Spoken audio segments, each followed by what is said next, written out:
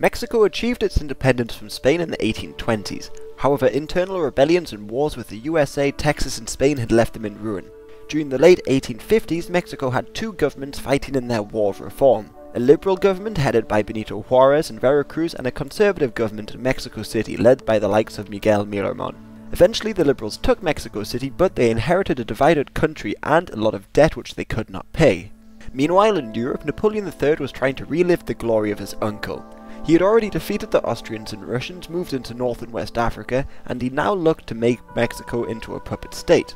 Since Mexico had refused to pay back their debts, it had given him the reason he wanted to go to war, and the timing was also perfect because USA was embroiled in a civil war and could not interfere. So in 1861, with Britain and Spain, two of the nations who wanted their debts repaid, the French sailed to Mexico. They planned on occupying Veracruz until Mexico repaid their debts, but the French brought in reinforcements.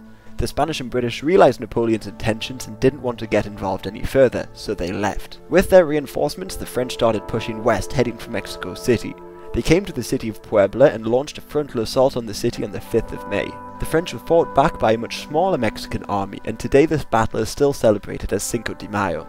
This battle delayed the French assault on Mexico City by a whole year.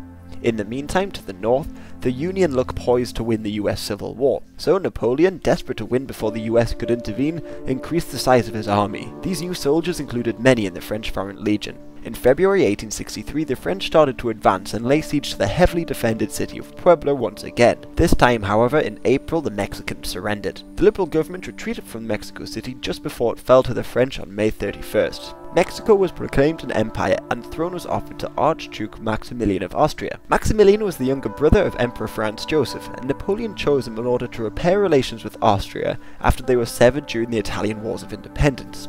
The liberal forces and Juarez were then pushed further and further north, but the imperialists were unable to gain public support and were still very dependent on the French. Maximilian's relatives, the monarchs of Belgium and Austria, also sent troops in to help, but they too were unable to crush the liberals. Then, in 1865, the international scene dealt a devastating blow to the imperialists. First, in Europe, Bismarck began leading the unification of Germany, so neither Austria or France could surrender any more troops to Mexico. Then the Confederate States of America collapsed and the United States were now free to help the Mexicans. Juarez was able to obtain thousands of American rifles, and many veterans of the Civil War crossed the border to join his forces. The French were now on the defensive, but with high desertion rates, the threat of American intervention, and the loss of about 60 million francs a year, their position became unmanageable. So Napoleon announced the gradual withdrawal of forces, and this process was intensified in July 1866 when the Prussians crushed the Austrians in war. In the wake of this Austro-Prussian War, the French became more concerned with Europe than Mexico. This allowed the Republicans to advance south and take more cities,